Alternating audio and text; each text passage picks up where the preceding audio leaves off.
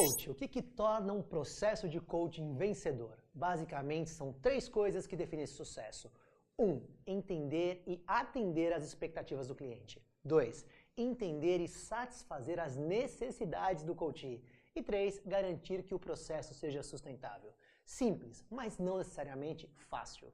De uma maneira bem prática, o que significa oferecer um programa de coaching que atenda às expectativas do seu cliente? É você fazer um trabalho que esteja igual ou acima daquilo que ele esperava lá no início do seu processo. É o cliente terminar o processo com a sensação, com aquele sentimento de satisfação e, se possível, de surpresa com aquilo que ele recebeu. Isso significa que ao final ele vai dizer assim: puxa, foi muito bom fazer coaching, eu adorei, eu gostei muito, eu aprovei e mais, eu indico para qualquer pessoa. E aí, coach, eu tenho uma boa notícia para você.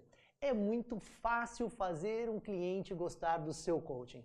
E eu posso até te falar isso de um jeito mais grosseiro. O coach tem que fazer muita coisa errada, muita besteira para o cliente não gostar de fazer coaching.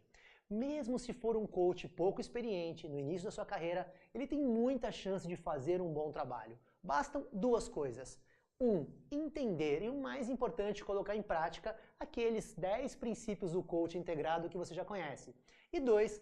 Fazer no início do processo um bom alinhamento das expectativas do cliente. Enfim, ter o seu cliente satisfeito ao final do processo é uma coisa realmente simples e, cá pra nós, que nem chega a ser um desafio para nós coaches. Talvez você esteja se perguntando, mas por que o Flávio afirma com essa tranquilidade toda, com essa segurança, que as pessoas vão gostar do meu coaching, exceto se eu fizer muita coisa errada? Imagina assim, imagina que você está levando uma pessoa que gosta muito de chocolate para fazer uma degustação na melhor fábrica de chocolates da Suíça.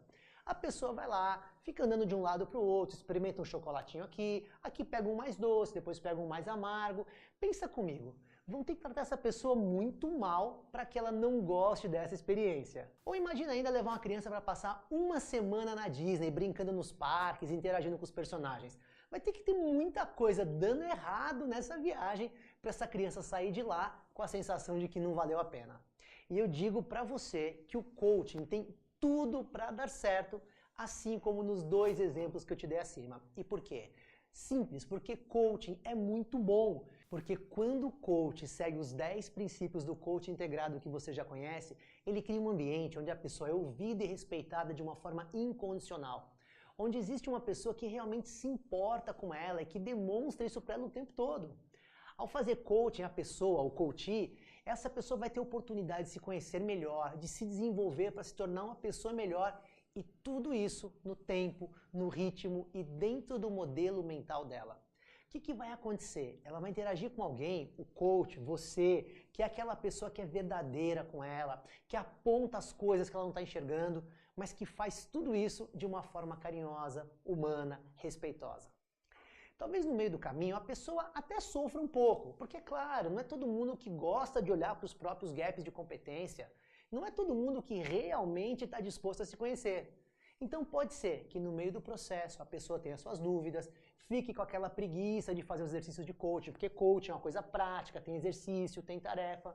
Fazer o to-do nem sempre é agradável, mas no final do coaching a pessoa vai estar sentindo muito mais autoconfiante, mais tranquila, mais bem resolvida, vai perceber mudanças positivas, vai sentir que obtém melhores resultados. Então, quem não quer isso? Quem não vai gostar de coaching? Até parece que eu estou vendendo coaching para você, mas não é isso, eu só estou te mostrando como o coaching é bom. Mas, porém, entretanto, da mesma forma que aquele chocolate gostoso daquela fábrica suíça tem que estar lá para degustação, da mesma forma que o parque tem que estar aberto para a criança poder brincar, os personagens ali para ela interagir, da mesma forma o coach também precisa fazer coaching. Só isso. Basta fazer coaching de verdade. Mas Flávio, o que você quer dizer com fazer coaching de verdade? Fazer coaching de verdade é ter aquele genuíno interesse em ouvir a outra pessoa, demonstrar que se importa de verdade com ela, é ter aquele respeito incondicional por aquele ser humano que está ali. É ser verdadeiro, honesto, sincero com a pessoa, mas exercendo essa verdade nos feedbacks de uma forma carinhosa, de uma forma acolhedora. entrar no modelo mental do cliente, respeitando a forma como ele pensa, como ele processa as ideias dele e não querer colocar a sua verdade como coach nessa relação com o coach. Fazer coaching é então o mais puro exercício da empatia, de conseguir se colocar no lugar do outro e entender as suas dores, as suas angústias e os seus medos. E aí, a partir desta compreensão, ajudar o outro a alcançar uma condição melhor. Ou, como nós dizemos, atingir o estado desejado. Fazer coaching de verdade é deixar a pessoa experimentar o coaching no tempo dela. E é claro que esse no tempo dela não quer dizer deixar a coisa andar no passo lento, fazer uma sessão mole, devagar, ou pior, né? Deixar que a sessão seja um muro de lamentações. Nada disso. O coaching tem que ser um processo dinâmico, provocativo, que instiga a ação, a iniciativa. Esse respeito ao tempo do outro é apenas a compreensão de que as fichas não caem ao mesmo tempo para todas as pessoas. Entender que algumas pessoas são mais flexíveis, mais abertas para mudar e outras são mais resistentes. E aí, como o coach sabe que a resistência é algo natural, absolutamente natural e que faz parte do processo, o que ele faz? Ele muda a sua abordagem, ele cria uma nova estratégia, ele vai ter aquela paciência necessária para chegar no ponto de mudança do coach na hora certa, no tempo do coach. É por isso que os melhores coaches têm como crença um daqueles pressupostos básicos da neurolinguística. Não existem pessoas resistentes. Existem comunicadores que são inflexíveis. Ou seja, eu sou o coach. Se eu sou o coach, eu sou o responsável por ter uma comunicação que faça o meu coach entender. Eu sou o responsável por encontrar a melhor abordagem para que ele, coach, atinja os objetivos dele. Agora perceba uma coisa, tudo isso que eu te falei até aqui sobre essa forma de trabalho que garante a satisfação do cliente não envolve nenhuma técnica, nenhuma ferramenta e nenhum conhecimento prévio. É apenas a atitude do coach. Então, tenha em mente que desenvolver um processo com essa atitude empática e responsável é a parte mais importante para realizar um processo de coaching que atenda às expectativas e aos desejos do seu cliente. A outra parte é a técnica. São as ferramentas que facilitam, que otimizam o seu processo.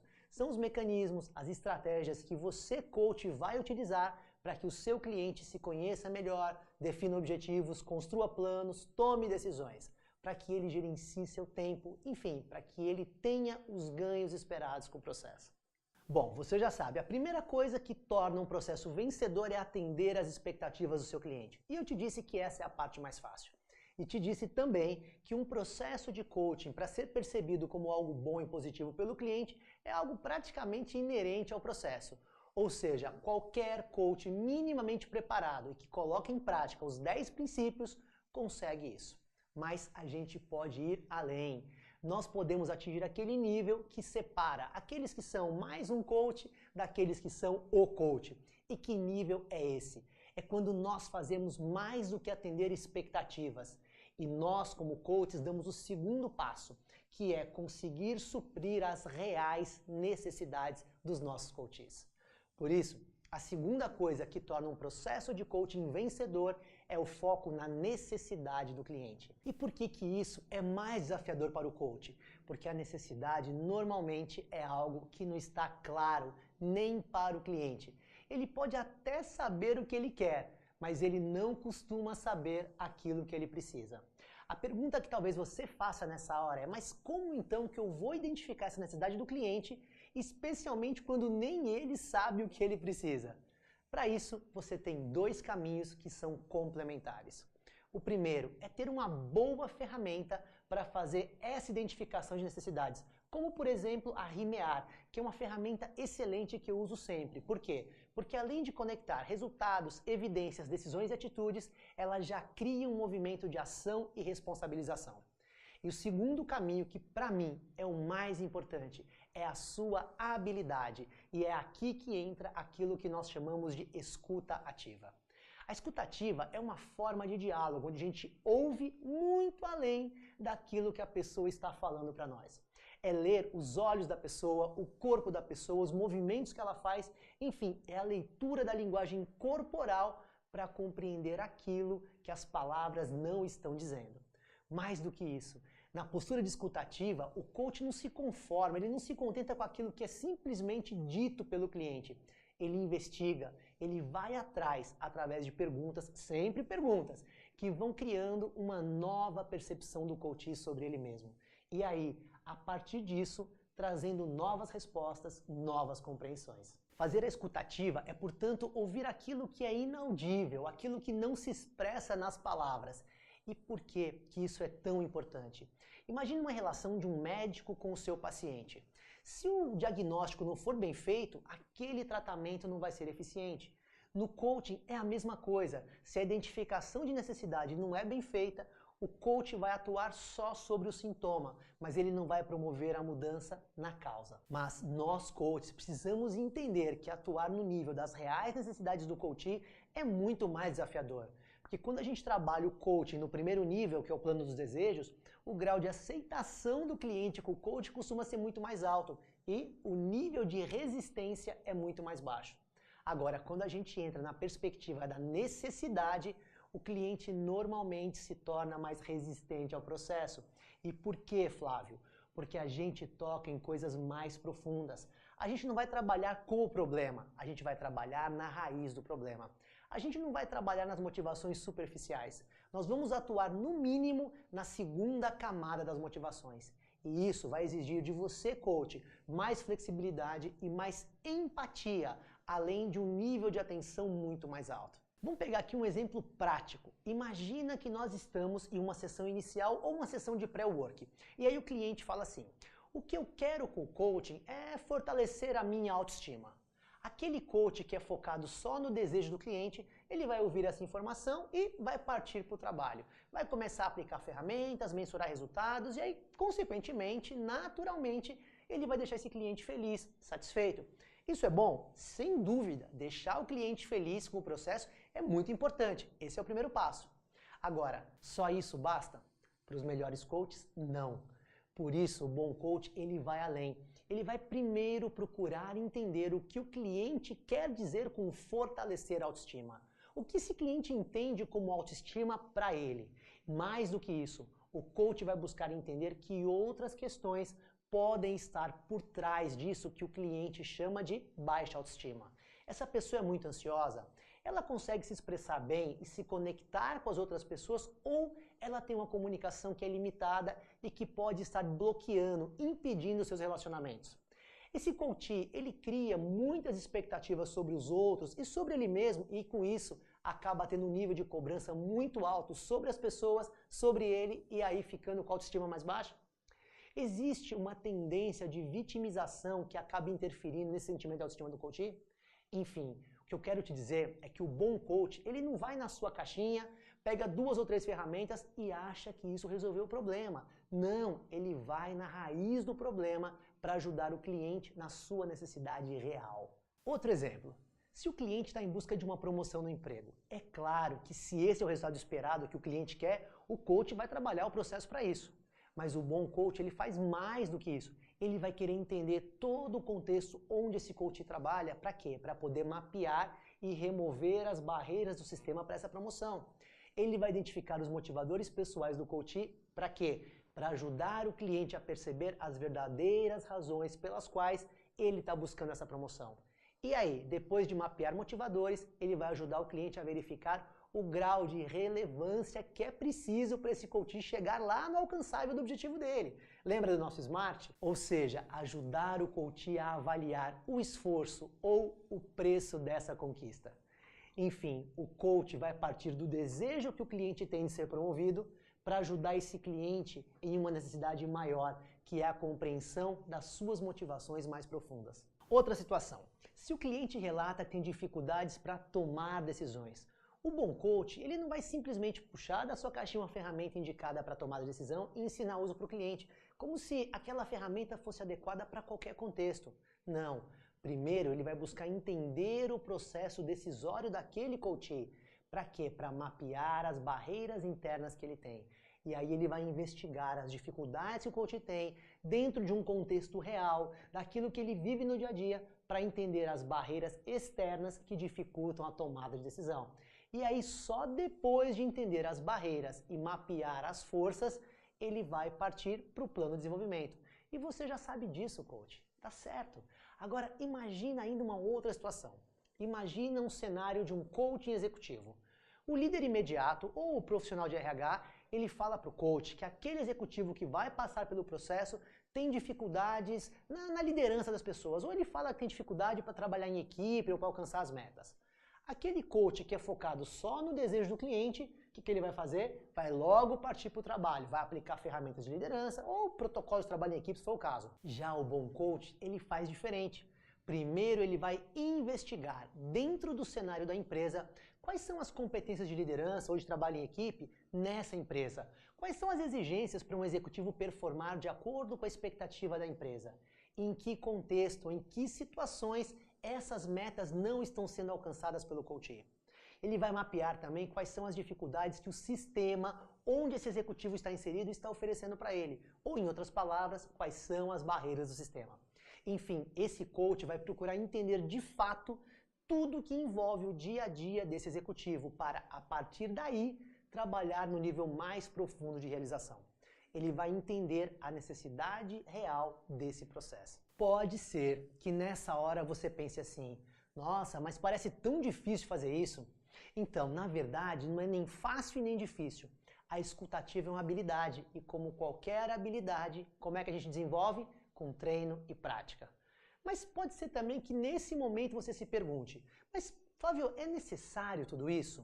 Para que entender essa real necessidade? Por que eu não posso só trabalhar com o nível da satisfação do cliente? Ok, eu vou te dar duas razões. A primeira, porque se o problema não for realmente tratado, resolvido, mais cedo ou mais tarde, vai ficar evidente a fragilidade do processo de coaching que foi feito. A segunda, por uma questão de consciência. O coach não está lá só para fazer um trabalho legal, um trabalho bacana, ou um trabalho que satisfaça o desejo do cliente. Não. O coach está lá para ajudar o cliente a resolver as suas reais necessidades. E precisa ter a consciência disso, coach. E o que o coach ganha com isso? Ele ganha muito. Pode ter certeza de uma coisa. Os coaches que fazem dessa forma vão ter um resultado muito melhor e uma carreira muito mais promissora. Além, é claro, de sentir dentro dele um nível muito maior de realização profissional. Bom, então a primeira coisa que torna um processo de coaching vencedor é a satisfação do desejo do cliente. A segunda é a satisfação da necessidade. E a terceira coisa que torna um processo de coaching vencedor é a sustentabilidade do processo. Ok, mas o que é isso, Flávio? A sustentabilidade é a garantia de que os ganhos de um processo vão se manter mesmo após o trabalho de coaching. Ou, em outras palavras, é o cliente chegar no final do processo tendo se tornado independente do seu coach. Quando o trabalho termina, o cliente precisa estar de tal forma preparado, instrumentalizado, para que ele siga o caminho dele de uma forma independente do seu coach. Isso não significa que o cliente nunca mais vai querer ou mesmo que ele nunca mais vai precisar de coaching. Não! Isso significa que o coach terá todas as condições de lidar sozinho com aquelas dificuldades, com aqueles desafios, com aqueles problemas que ele tinha no início do processo. Em síntese, o processo precisa ter começo, meio e fim. E coach, é muito triste, é muito frágil aquele processo de coaching que gera uma relação de dependência do cliente para com o seu coach. Por isso, a etapa final do processo, que nós chamamos de desligamento, é uma das fases mais importantes do nosso trabalho. E o que fazem os melhores coaches para garantir que o desligamento seja bem feito? Eles ensinam os seus clientes a fazerem o auto-coaching. Mas Flávio, o que é esse tal de auto-coaching? É o cliente ser capaz de usar todo o aprendizado que ele teve, aprendizado técnico, conceitual, instrumental, para que ele possa fazer o coaching em benefício próprio. Aí, possivelmente, vai vir a sua pergunta. Você vai dizer assim para mim, ok, Flávio, mas como é que eu faço para preparar o meu cliente para fazer esse auto-coaching? Como é que eu torno o meu coach mais independente? A primeira coisa, coach, é você entender de fato a enorme importância desse desligamento. É você entender que precisa cortar o cordão. É quando o coach toma consciência de que o seu trabalho significa gerar independência e autonomia para o cliente. E aqui eu quero te falar uma coisa muito importante. Ainda que um coach não domine uma técnica específica ou que ele não tenha uma ferramenta específica para fazer o desligamento, se ele apenas tiver a consciência da importância e um compromisso real de tornar o seu coach independente ao longo do processo, ele vai conseguir fazer isso.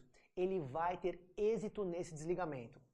E a segunda coisa necessária para tornar o cliente independente é, a partir dessa percepção de importância, você, coach, dimensionar o seu programa de coaching em termos de prazo, metodologia e estratégia para que esse desligamento seja feito, e o mais importante, né, bem feito no final do trabalho. Normalmente, as nossas 2 últimas sessões devem ser destinadas a esse desligamento. Não exclusiva, mas prioritariamente. Porém, é como você já sabe, coach, esse processo de autonomia, independência e empoderamento do coach deve permear, deve acontecer ao longo de todo o seu processo de coaching. Então, fica a dica. Quando o coach trabalha desde o começo para empoderar, para fortalecer o seu cliente, o bom desligamento vai acontecer de uma forma absolutamente natural. E aí, coach, gostou do vídeo?